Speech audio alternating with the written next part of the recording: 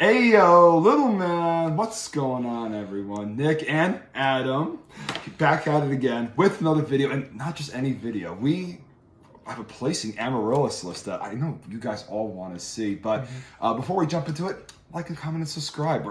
We're cooking Amaryllis decks all the time if you're new to the channel, but we have here Adam, who is an incredibly impressive individual. We have been cooking the Amaryllis deck for quite some time, and last week, before even him getting third place at this second place in this past tournament, I got ninth, so I bubbled out, unfortunately, with the same exact list.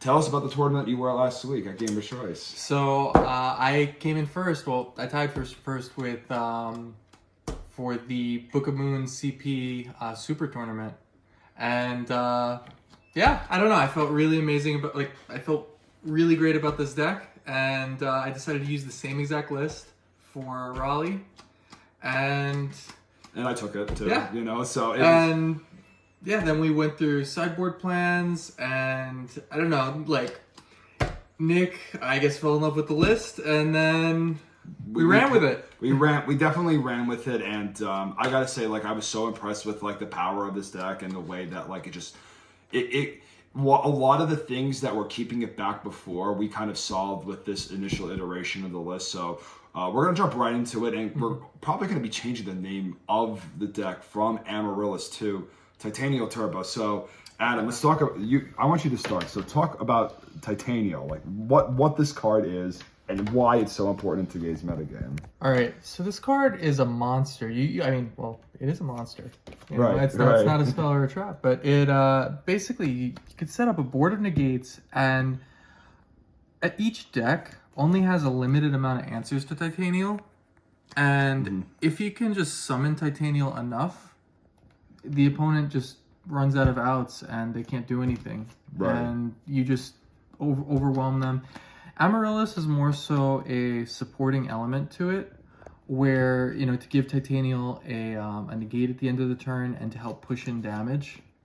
Yeah. I agree. I think that we wanted to figure out a way to get this guy onto the board as many times as possible. One of the things I noticed is that people will spend a lot to out the card itself, and then you'll see later on the list how we're able to take advantage of making sure that she's just on the field all the time. So the deck is pretty much going to be renamed to Titanial Turbo, but other elements of it is the 3 Phoenixine Cluster Amaryllis. The card is insane. I mean, it revives itself. You take 800 every single time it dies. It's an aggro monster. Once it attacks directly, the game is usually over from that point.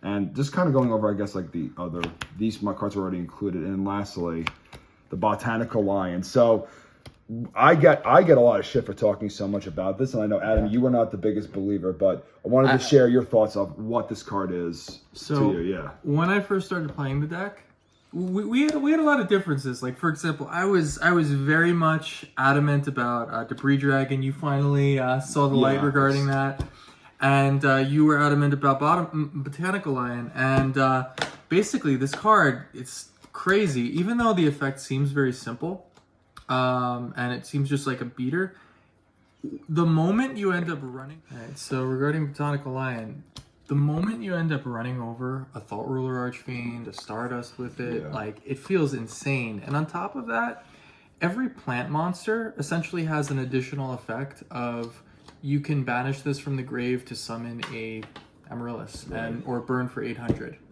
So it's not just it's another monster that you can summon with Titanial that can be a negate.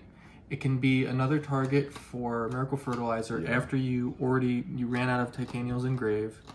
And that was the other thing too, because we were playing in the Miracle Fertilizers, we needed another target in Graveyard that to help make Fertilizer a bit more consistent. And if you hit this from your deck, you're increasing your chance of hitting your plants.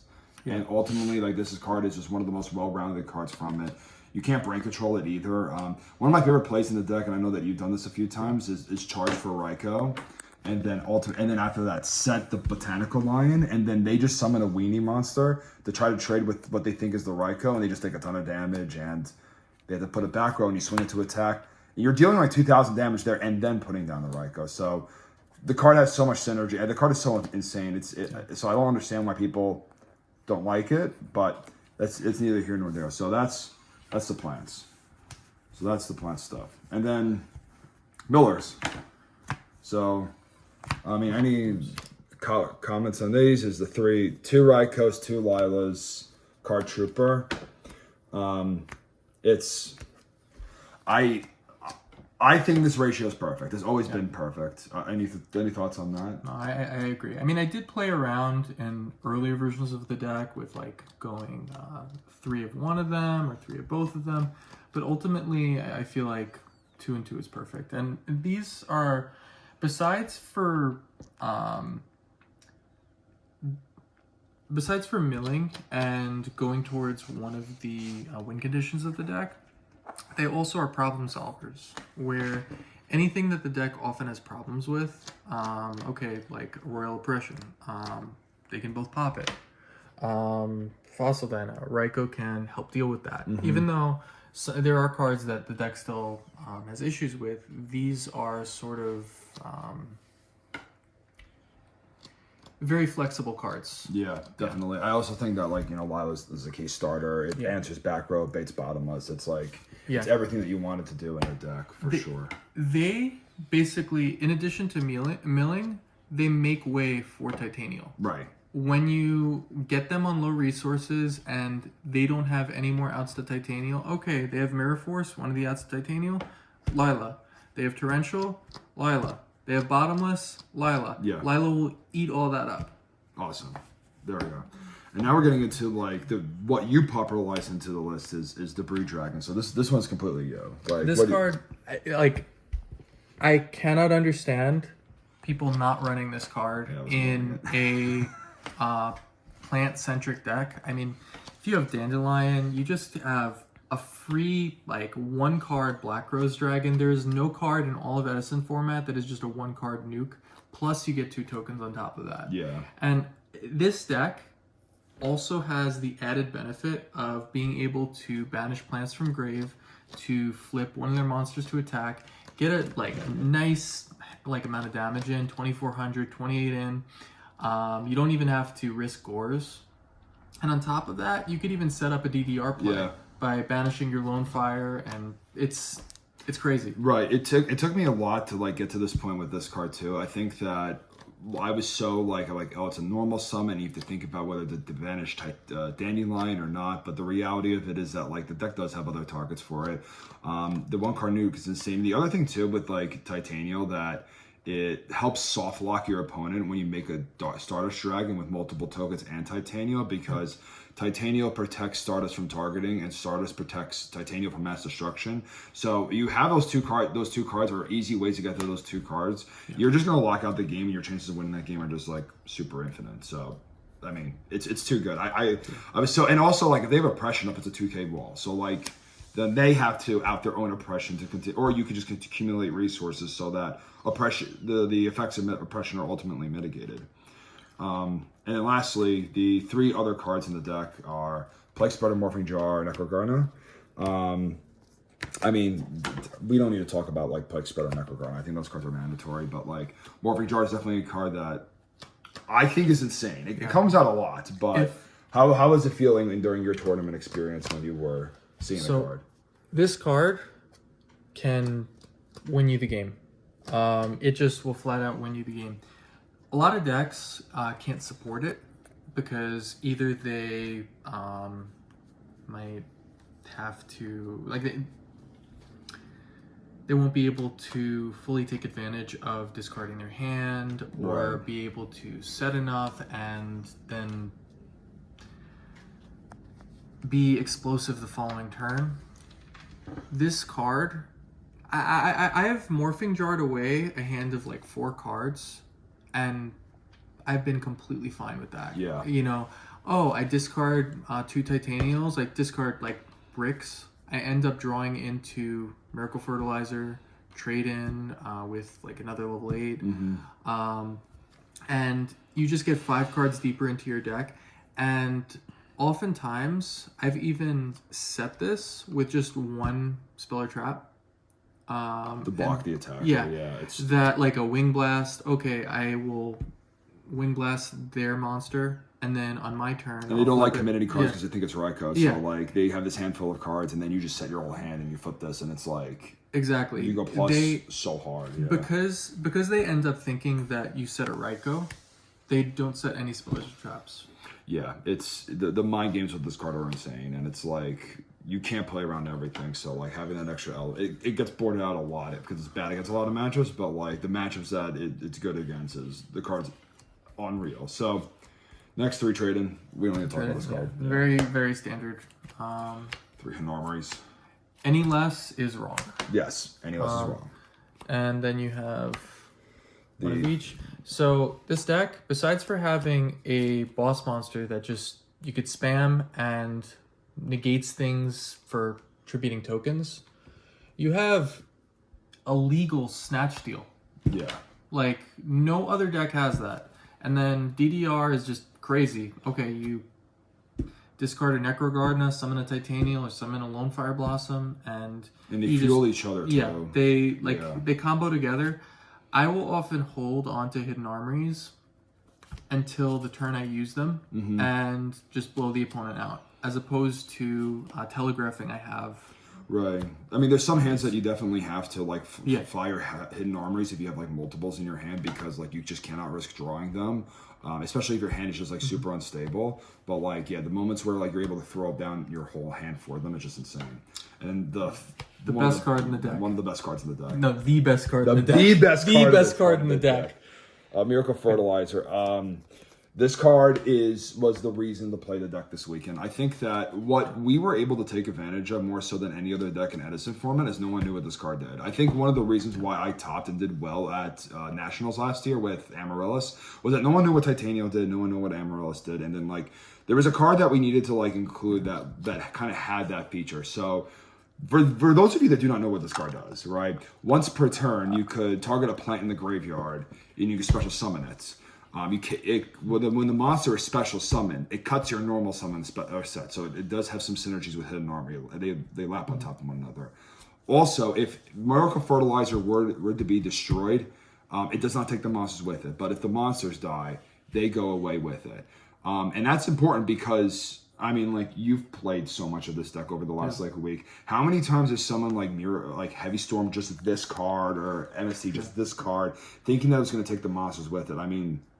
Yeah. And it's once per turn, too. You can just revive one over the other, and especially when you go to a low resource to game state, it like, I know I'm talking so much, but like, it gives you like, such a top deck that is just no other deck could do. Yeah. But go ahead, what your thought? Yeah. I mean, no other deck, exactly what you said, no other deck has a card that says once per turn, summon a 2800 beater that is, like, negates anything that targets. Yeah. Like, that is pretty broken. Right, and I think 2 was the perfect ratio here. We were playing 3 for a while, but like the problem was that like we felt like we were cluttering a lot with this card, and this deck already has a lot of bricks, and it's not like you don't have other utility in the deck, and that's the thing. You could technically cut the debris. I mean, you can cut the debris dragon for a third one of these, but like I don't advise that. I think the utility is way too important, and like the fact of the matter is, you do just need to see one realistically to win the game. So you just did not need that. Charge. We don't need to talk about it. These are like standard. So these just make way for your big plays. Yeah. Foolish Burial combo piece. You send your Dandelion, then you play your Lone Fire.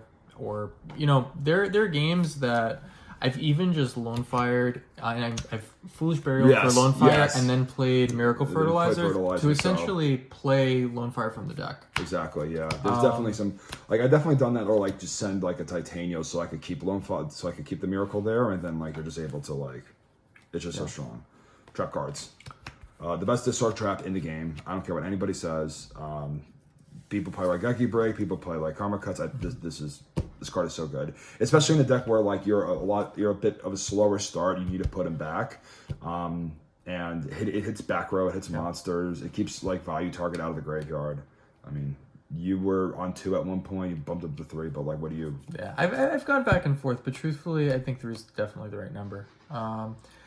One of my issues with it is sometimes you have too much too many cards that discard. Uh-huh. But overall, like, you need this card. You just have to have a discard outlet sometimes. And if you don't, you cannot play the game at all. So I think in my previous version that I ran too, I wasn't using fertilizer. And then after I started using fertilizer, I realized that Phoenix Wing Windblast actually can end up leading towards, like, basically the discard is free and it just sets up you summoning Titanial the following turn. Yes. Yeah, definitely. All right, the sauce. Scrap Iron Scarecrow. Yeah. You can talk about. We saw Beast Mode use this one, right? No, so, I was talking to you about this card before he was even. Yes. So I remember in the parking lot from Locals, like right after Locals, I was talking to Nick about how I've been playing around with this card. Basically, I actually.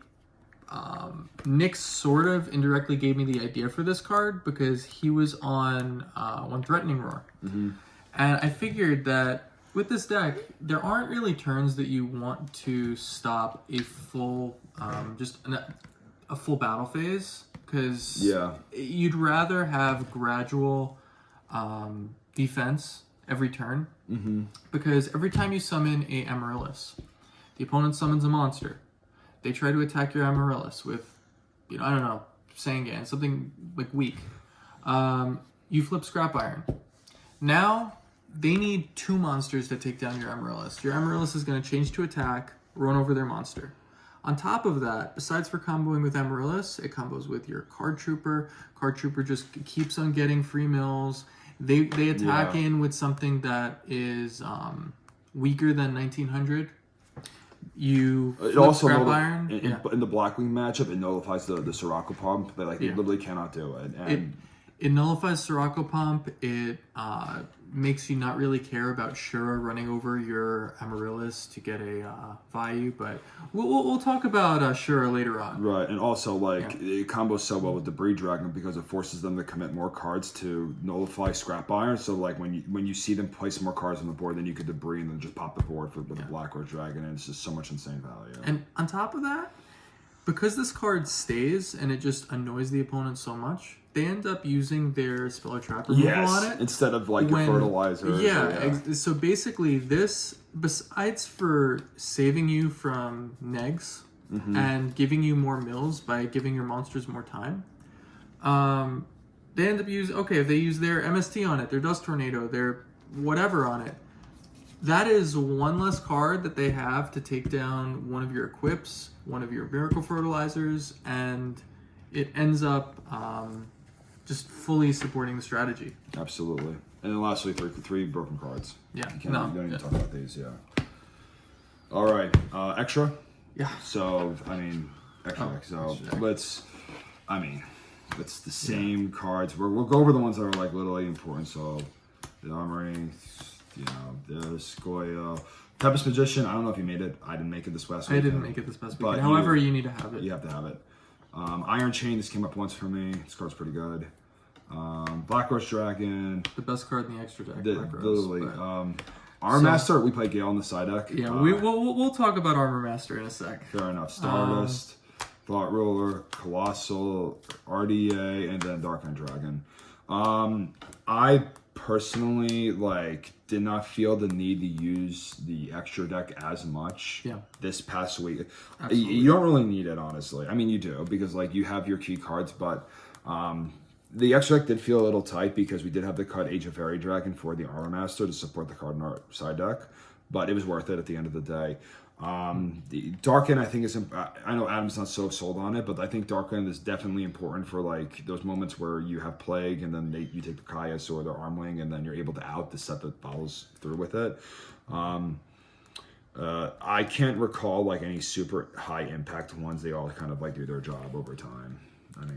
Unless there's any comments you have on anything in the extra deck. They're simple. Side deck. All right. So we're off Volcanic counters. So because that's not the meta for it anymore. But going through initially Double Duty Crow. I'm so glad that I side decked this card because this card's been in and out of my side deck. There's some matches where you side in 2 of it. There's most that you side in 1 of it. So when I need it, I don't know about you, but it was pretty good. Pretty good. No, it's just a very generic, good sideboard card. Not good enough for being in the main deck, but there's a lot of matchups that you want it. Right. So. And then this is where our list differs, is that he was on 2 Cyber Dragon and I was on a Cyber Dragon and a Bottomless. You speak your piece on double Cyber Dragon, yeah. So regarding like the machine matchup, even though it's not a particularly hard matchup, I just felt like if I wanted to see Cyber Dragon, I really wanted to have a high chance of seeing it. On top of that, another consideration for running 2 was one of the deck's really bad matchups is Gladiator Beasts, which I didn't expect to really see. However, there was one of the top tables. There was one. I remember that when we were at the, we were both like on the top tables. Yeah. Between us, so we were 2 tables away from each other, or 2 seats away from each other. Yeah. Between us was a Glad Beast player, and we were just like looking at each other. We're like, thank God. Damn, thank God, like it's not us. Like, and when testing against that matchup, Cyber Dragon ended up being really good for me. Cyber Dragon, Decree, and then just not giving them a chance to establish a monster. Right. Yeah. I guess for me, like when it comes to Bottomless, I think it's a little bit more ubiquitous between like what matchups you could bring it in against. It's obviously only a go first card, whereas Cyber Dragon is a go second card. The thing that I was like really focusing most was like really trying to solidify the Blackwing matchup, and then it does do its role against some other particular like decks. It's also good in the mirror too, if push come to shove. I just thought there was a little bit more utility in it. I didn't see it, so I could not even justify. I can't even say particularly. I've sided in the past. I've even made it in the past. And it's been good whenever I saw it. It's just that like it couldn't make the main deck because there are other cards that we believe that were a bit more important for that piece. But I don't really have a hard opinion on whether Cyber Dragon should be in there or not. But I mean, regarding Bottomless, I actually was the biggest advocate of Bottomless for this deck. If you recall, I had that in the main for the longest time, and I remember after I submitted my list, I ended up regretting not having Bottomless in my sideboard. But I still am actually very happy with the sideboard, and it worked out. Like every Blackwing player I played, I 2-0'd them, even though that's supposed to be a rough matchup for this deck. Yeah, fertilizers help out with that matchup a lot. It's just like because like you can just ignorantly like throw your Titanials at like them as long as you're able to deal with Catastor, which in a way Cyber Dragon helps deal with that. It might make its way back into that point, but like we'll see. Next, Aaron. Aaron, this soloed a game for me. This was one of the last matches I had in Swiss. I remember my opponent. It was a great player. He set a monster, no spells or traps, and he was playing Diva Hero Zombie. I saw Aaron in my hand, and I slapped that down as fast as I possibly could. And I spun back his Goblin Zombie. Yeah. And then from there, he just had nothing. Like, and then I backed it up with Scrap Iron Scarecrow. So like, it took him like 3 turns to take down the Aaron. Yeah. And I just milled. I milled a quarter of my deck just from having a light sworn out. I mean, she's engine and utility. Like, I mean, that's so important. Like in that matchup, and even like you in the Frog matchup, you take out Lila for this because this is slightly more useful. And then like sometimes those hands where they're just like setting a card in their opening turn, you have this and you swing. It's just you put yourself so far ahead because you're out tempo, and then you mill 3 cards, which is pretty good. So, Gale, and I guess like you can put that brain control aside with it too. So, Brain Control, I'm not sold on. Gale, however, this did come in very, very clutch in the Blackwing matchup. I think I made Armor Master 2 or 3 times. And the way that I do that is if the opponent would play Shura, they run over something and they don't sink, or they just have a Shura and something else, or just any Blackwing monster that's a level 4. And I have the Shura. I have the Gale. So I could steal their Shura with Mark of the Rose. Yeah. Run over their monster. Special summon Gale from the deck. Deal extra damage. And you can make like either Armor Master or you could Black Rose them before your normal summon. Exactly. And that's like so huge in that matchup, especially if they have like a whirlwind. It puts you into a game state that like you should not be winning, and it makes your brain controls and your Mark of the Rose far more deadlier, especially also too on top of that where like if you lock out your normal summon, this guy lets you special summon from the hand. So it's I think it's mandatory. I was skeptical of the card forever, but you know. So really, I didn't side this card, so like you could talk about it. Basically, frog matchup. If they end up, they have Treeborn Frog. If they leave 2 in the grave, you banish them. Or they have heroes in the grave, you banish them. Generally, against the frog matchup, I don't think just Soul Release is enough. Also side DD Crows, because the better frog players will often, in games 2 and 3 at least, keep one of the Treeborn Frogs out of their grave. Yeah. So you generally will have to use 2 resources or kind of force them to send both to grave. But also it just, against Lightsworns, it's relevant. Yeah. It also help you too. Like sometimes if you have a stuck DDR in your hand, you have like a guy in graveyard, you can just banish your own too, and it's like it helps enable you at the starting play too.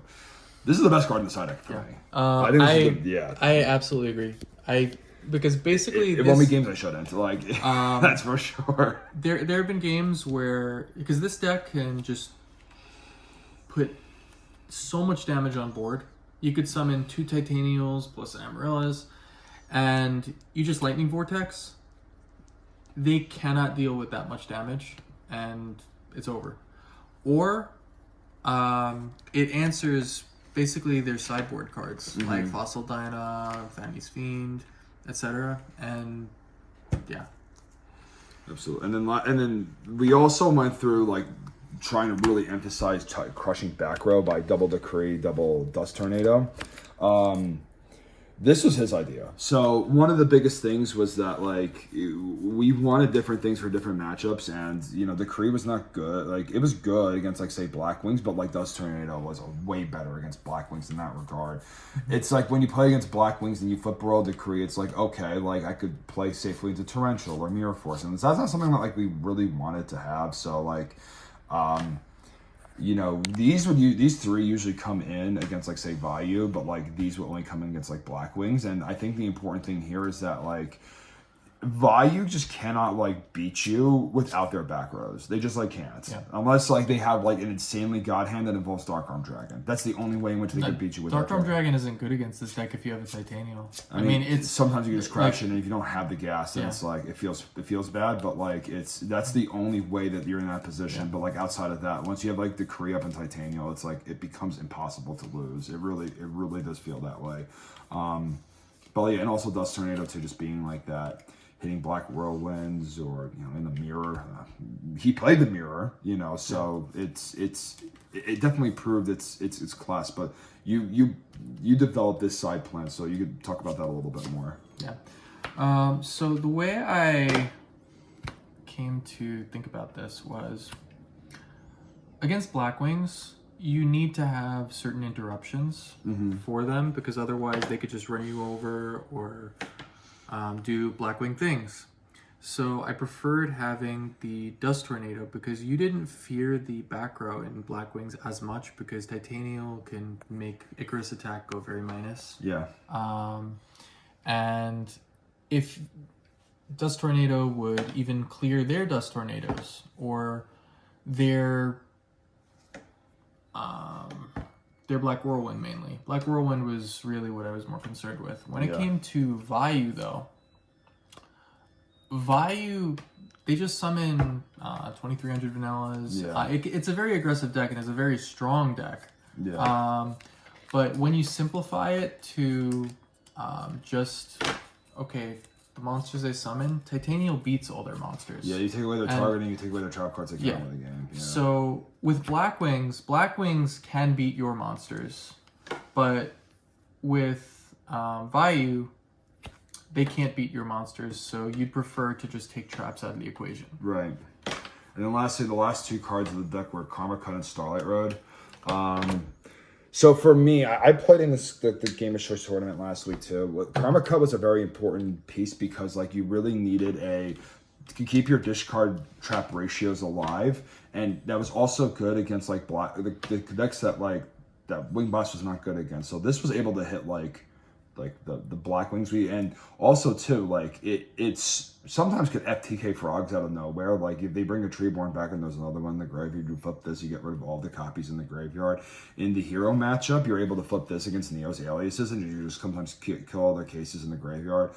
The card does a lot for what it is. I think it's a very strong side deck piece, personally, but I think I saw it once, and it was amazing when I saw it because I needed to deal with the monster, not necessarily send it to the top of the deck. But I don't know if you saw it when you were game. I never drew it in any of my matchups. Okay. However, in theory, I think the card's great. I have tested with it a little bit. This was more of Karma Cut was more of Nick's idea. Yeah. But yeah. And lastly, Starlight Road. We decided this exclusively against like Lightsworn and Black Wings, and it was either this or my body. Yeah. I think I did not see it per se. Yeah. I'm very skeptical of those kind of cards too, but the payoff for it is pretty great. I know that you resolved it though. Yeah. I played it. I know I only drew it once, but the time I drew it, it resolved like on my opponent's next turn. So it didn't sit dead. However, I'm not the biggest fan of the card in general. Yeah. But I figured why not give it a shot.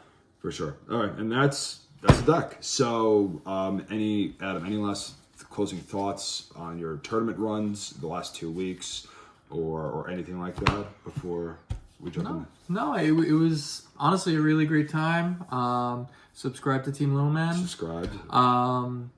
Honestly, like. And shout out to the entire team too. Shout out to the entire team. Yeah, so like Sam, who's also part of the Amaryllis Gods chat, who comes up with a lot of these ideas too. Glick, Matt, Twin, Jeremy, Bert. We forgot your name. We're sorry. Everyone that we met, Danny. Yeah. Everyone that we met that weekend. Literally, it was so awesome. Like just meeting you guys, and we crushed it. Like, and I think that this is like the new standard to play this deck, and we want to show it off. I'm really proud of it, and hopefully we'll be seeing more from the both of us. All right, have a good time, guys. Stay safe. Yeah.